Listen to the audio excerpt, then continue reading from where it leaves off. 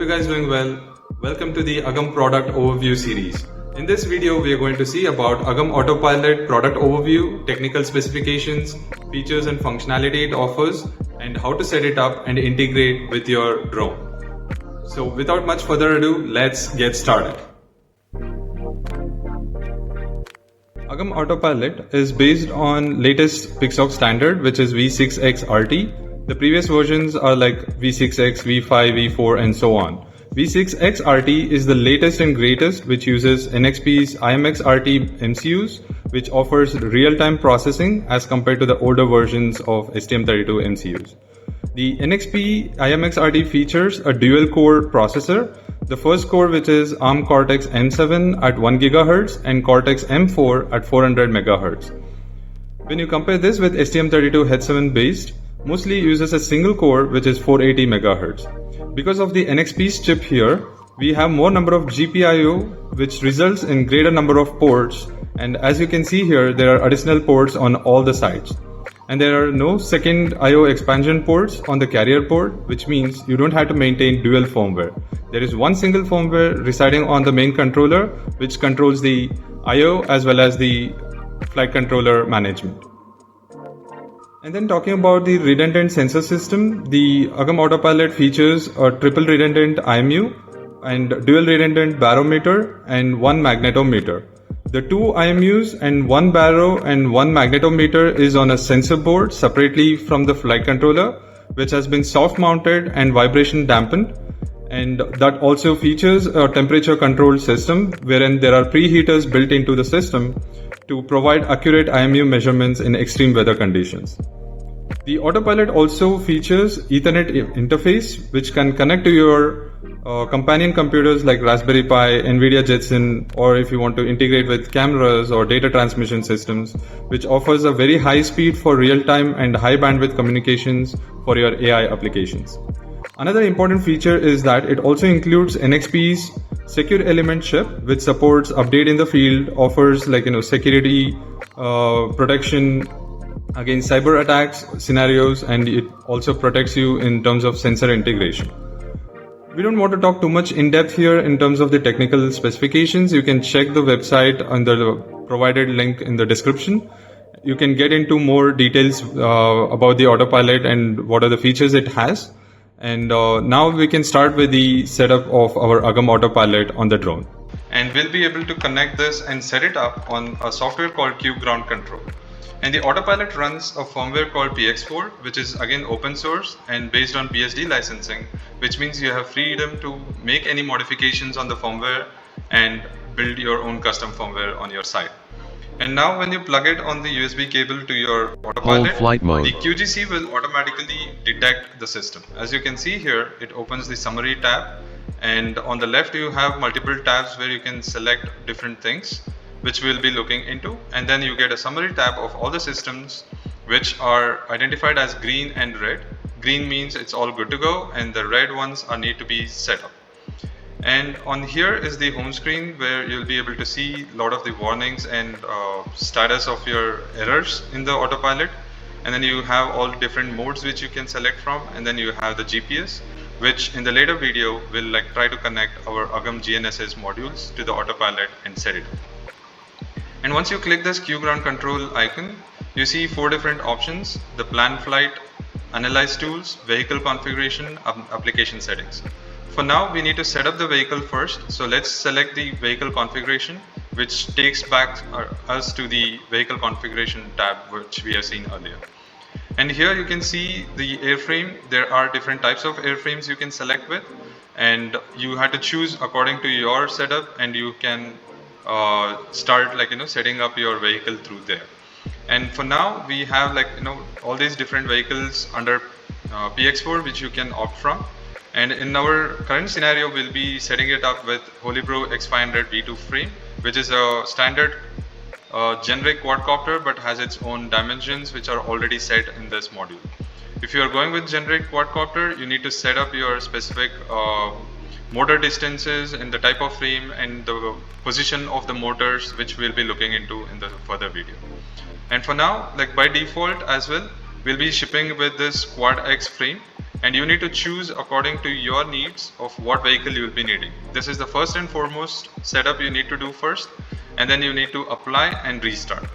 Once you are done with that, you have to move to the next stage.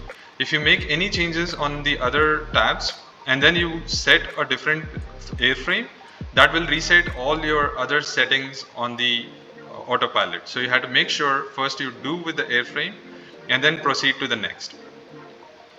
The next tab is the sensors. You have like multiple sensor calibration which you will be needing to be done with, and by default the autopilot we ship with is already calibrated and you are good to go for the first stage. And once you put it on the drone, which has like multiple different sensors, you can do the calibration once again. But I'll just show you how to go ahead with that, and we can look into this when we are putting the autopilot on the drone and setting it up. So you can do the self level horizon, and then you have like different accelerometers for different directions, I think, which we can do it for now.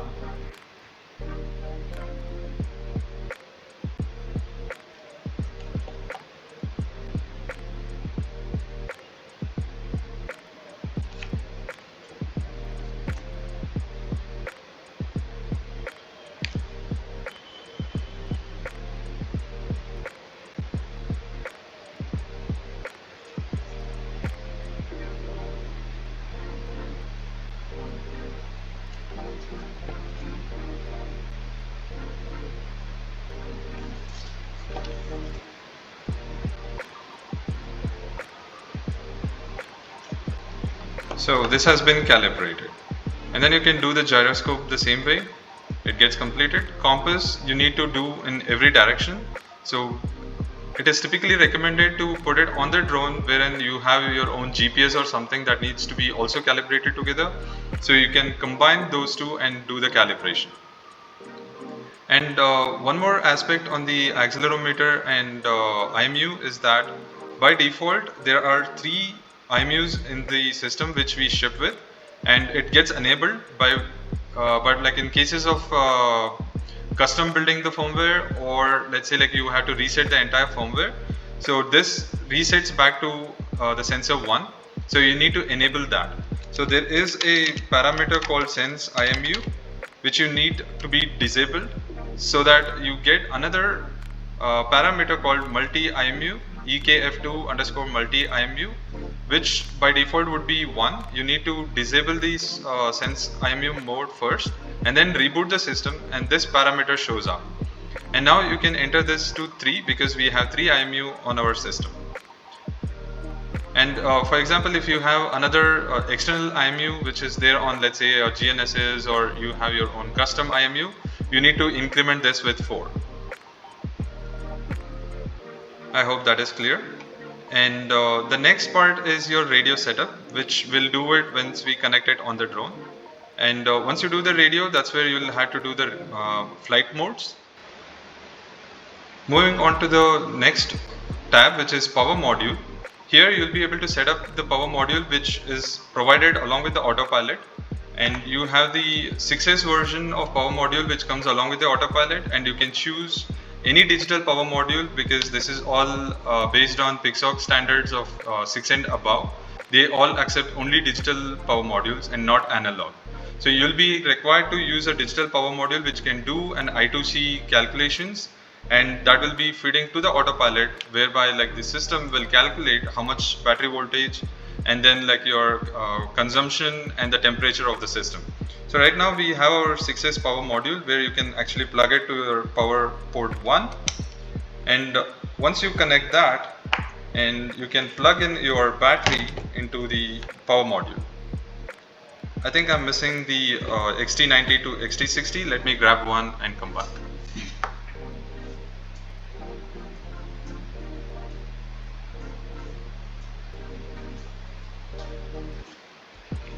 So by default, we have XT60 connectors on our power module, and that needs a converter if you're using a XT60 connectors, and if your battery has XT90.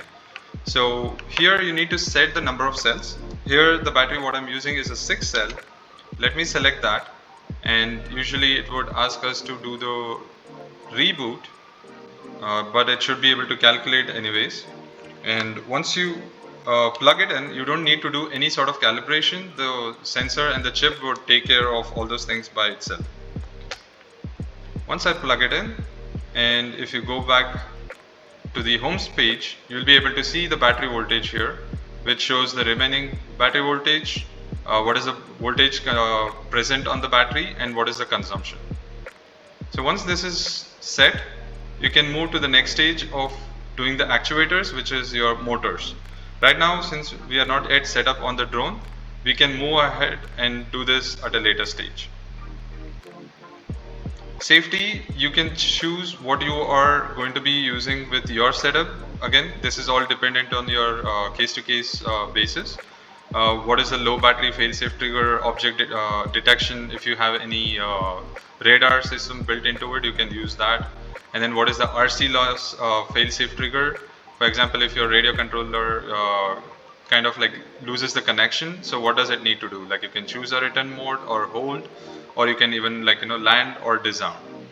And data loss, like for example, if you have your telemetry and then like it gets lost, what you need to do. By default, it's all disabled. You can choose what you want to do here. Geofencing and return to land settings.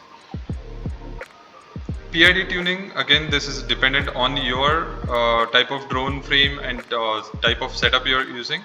The default parameters which are being set from the airframe should be good enough to start with, and then you can fine tune from there. This is like, let's look into the PID tuning in the later videos. Next is your parameters tab, where you have like list of parameters which you can customize with. And we'll get into this setup when we are setting all the other different types of sensors from Agam Robotics product portfolio, and then we'll look into this. The last is your firmware tab, which allows you to update the firmware on your autopilot. You'll be able to either upload the latest firmware which is from the master, or you can do any of the beta testing, or if you want to do with the stable firmware, you will be able to do all that from here. And it will also allow you to do a custom firmware update as well. For example, let's disconnect,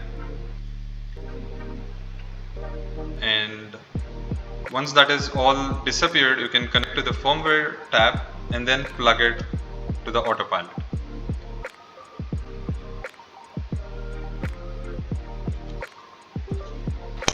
So as you can see here, the power module was plugged in, so you need to disconnect all the power. Once it is free from all the power source, you can go to the firmware tab and plug it in. So now that you see this pop up, you can see there is a version 1.16.0 which is the stable release. Do not for any purpose choose the autopilot because the autopilot doesn't support it. Or you can go to the advanced settings and you can choose the standard version or beta testing or developer build, which is the master from the GitHub. Or you can also build your custom firmware. So you can build your custom firmware on your local computer and you'll be able to upload your custom firmware. We'll also look into that in the further video.